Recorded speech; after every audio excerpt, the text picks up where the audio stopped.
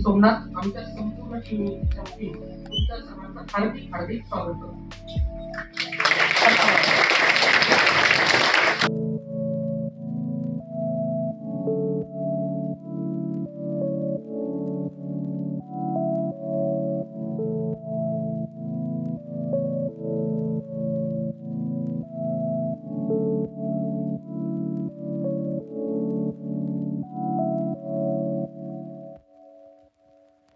फिर वापस आएंगे जिसके कारण रोशनी मिलेगी, फोटोन मिलेगी. इस तरीके से पहले का जो टीवी है इस तरीके से काम करता है, डिस्प्ले तो वो हुआ.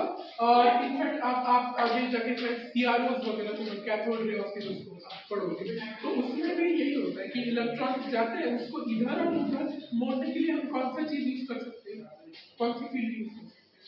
गति देने के लिए इलेक्ट्रिक फील्ड, मोड़ने के लिए इधर उधर तो मैग्नेटिक फील्ड से इधर उधर. अब हम बेसिक बात करते हैं कि बनता कैसे है, ये इलेक्ट्रॉन बीम कैसे बनाएंगे. तो इसको करने के दो तरीके, एक जो है वो थर्मोआयनिक मेथड है और दूसरा जो फील्ड एमिशन मेथड है. आते हैं थर्मोआयनिक मेथड का सिंपल कंसेप्ट ये, आप कोई भी वस्तु लो उसको काफी अच्छा गर्म करो, बहुत गर्म, तो उसके जो लूजली इलेक्ट्रॉन्स रहते हैं, हम सबको पता है मेटल में लूजली वो बाहर सटाते हैं. बट ये ध्यान रखने वाली बात है कि आप कितना भी उसको गर्म करो वो इलेक्ट्रॉन एक्चुअली छोड़ के कभी बाहर नहीं जाए. उसके लिए हमें एक पॉजिटिव इलेक्ट्रिक फील्ड अप्लाई करना होगा. पॉजिटिव प्लेट कर देता हूँ तो सारे इलेक्ट्रॉन जो है वो पॉजिटिव डायरेक्शन में खींचे चले जाएंगे. तो इस तरीके से मैं धारा बेसिक आइडिया क्या है, कोई भी वस्तु को गर्म करो वो सतह पे आएंगे, उसके इलेक्ट्रॉन सतह पे आएंगे और उस पर इलेक्ट्रिक फील्ड है तो धारा. अब कोई आइडिया है कि कौन सी वस्तु को इस्तेमाल कर सकते हैं. तो हमारी जो भी वस्तु है अगर मैं गर्म करूँ तो ठोस भी रहनी चाहिए, ऐसा तो पिघल जाए. मतलब इलेक्ट्रॉन सतह पे आ रहे तो उसके बाद पिघल जाए, उसका क्या मतलब. तो इसके लिए कौन सा कुछ ऐसा बताओ जो हम यूज कर सकते हैं.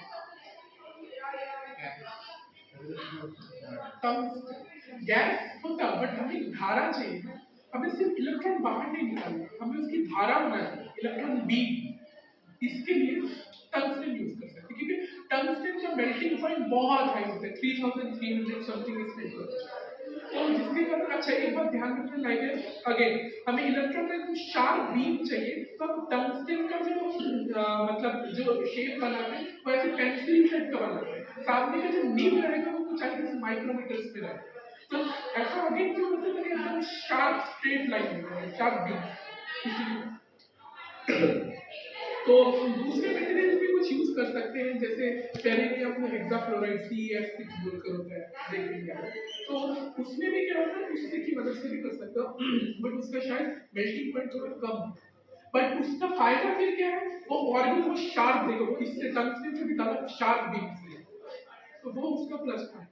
दूसरा जो तरीका है उसको कहते हैं फील्ड एमिशन. फील्ड एमिशन का सीधा सा मतलब है, मैं एक वस्तु में स्ट्रॉन्ग इलेक्ट्रिक फील्ड लगाऊंगा सीधा सीधा बाहर.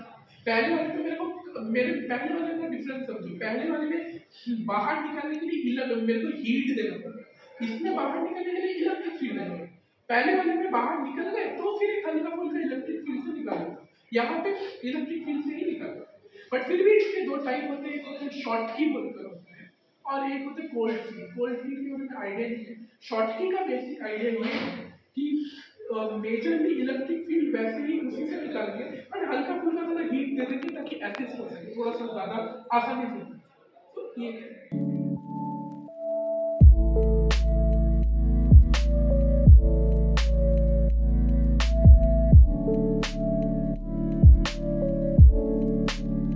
के साथ हम लोग कनेक्ट करते हैं. ठीक है, ये 150 किलोवाट पे रहता है और ये 0 वोल्ट पे रहता है. अब इस वोल्टेज को हम लोग उधर से डिस्ट्रीब्यूट कर सकते हैं. और ये जो बीच का जो फंक्शन है ये है लीनियर एक्सीलरेटर. उधर है डॉयटेरियम गैस. ओके, ठीक है, जो हाइड्रोजन का सेकेंड आइसोटोप है उधर है डॉयटेरियम गैस. ट्रीटियम कहाँ पर रखा है, इधर. हाइड्रोजन का थर्ड आइसोटोप इधर रखा है. तो हमें करना क्या है, हाइड्रोजन का डॉयटेरियम को जो आयन निकलेगा, क्योंकि हम लोग आयन छोड़ के और किसी को एक्सेलरेट कर नहीं सकते, सो बेसिकली वहाँ से आयन निकलेगा.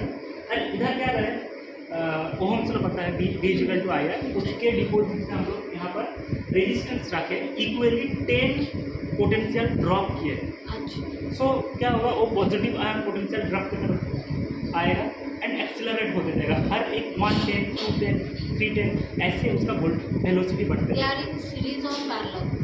सीरीज में है या नहीं, parallel? जो एक है ना, एक जो ब्रिज है वो सीरीज में होगा। Okay. Basically Others are parallel. देखिए, सीरीज पैरेलल के बाद में अगर आपके पास कोई बड़ा रेजिस्टेंस है हाँ। तो ठीक है, आप लगा सकते हो। अगर बड़ा रेजिस्टेंस नहीं है तो आपको उसको कंबाइन करके बनाना पड़ेगा। Okay. सो आप सीरीज में भी लगा सकते हैं इसको और पर। parallel. वो आपको There is basically no option. Potential divider बनाना है Okay. एंड उसके थ्रू आपको ड्रॉप कराना है पोटेंशियल, ठीक है। सो उधर से पॉजिटिव आयन आ रहा है एंड इधर ट्रिशियम है। और हम लोगों को और एक बात ख्याल रखना होगा, ये स्ट्रेट लाइन पर आना चाहिए एंड उसके लिए हम लोग ये मैग्नेट यूज़ कर सकते हैं। ये मैग्नेट क्या करते हैं, इसका जो भी मैग्नेट है ये इसको स्ट्रेट रखता है। इसका एक थ्योरी है जो साइक्लोट्रॉन पता है ना, साइक्लोट्रॉन पे इसका थ्योरी काम पे आता है। वो 90 डिग्री पे होता है तो वो सर्किल बनाता है। तो ऐसे हम लोग अगर इसका देखें तो y=mx+c देगा, इसका जो स्ट्रेट लाइन आएगा, जो कर्वेचर आएगा। सो इस तरीके से हम लोग उसको स्ट्रेट लाइन पे रखते हैं। इधर आगे बोम्बार्डमेंट होता है और ये जो प्लेस है इसको बोलते हैं ड्रिफ्ट चेम्बर, ठीक है। इसके अंदर मतलब ये डॉयटेरियम पर जितना ड्रिफ्टिंग करते हैं वो, ठीक है। मतलब पकड़ लीजिए डॉयटेरियम मिनिमम कितना जाता है और एक डॉयटेरियम या और किसी के साथ टकराएगा, मिनिमम जो लेंथ है वो ये है। इसके अंदर ये रखते हैं और ये पूरा का पूरा वैक्यूम सिस्टम इससे क्रिएट करते हैं। और वो यहाँ से जनरेट होता है और 150 किलोवाट टेस्ला से जनरेट होता है और ये सब कंट्रोल करते हैं उधर से। करना है और हाई वेलोसिटी, तभी हम लोग जो फिशन रिएक्शन है, न्यूक्लियर रिएक्शन वो हो सकता है। हाँ, तो इसलिए हमें वैक्यूम रखना चाहिए। इसलिए हम लोग ये जो है ये बेसिकली प्रेशर मेजर करते हैं उस पंप के अंदर कितना है, पिरानी रेंज प्रेशर। हाँ, प्रेशर वो उसके अंदर कितना प्रेशर, मतलब कितना वैक्यूम क्रिएट हुआ है, कितना करना चाहिए। कितना वैक्यूम में होता है ये?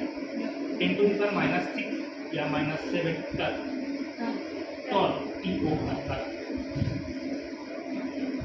और ये 10⁻⁵ तक दे देता है डिफ्यूजन पंप जो है, पर इसको सपोर्ट के लिए रोटरी पंप रखता है जिससे वो गिर ना जाए, सडनली वो प्रेशर गिर ना जाए।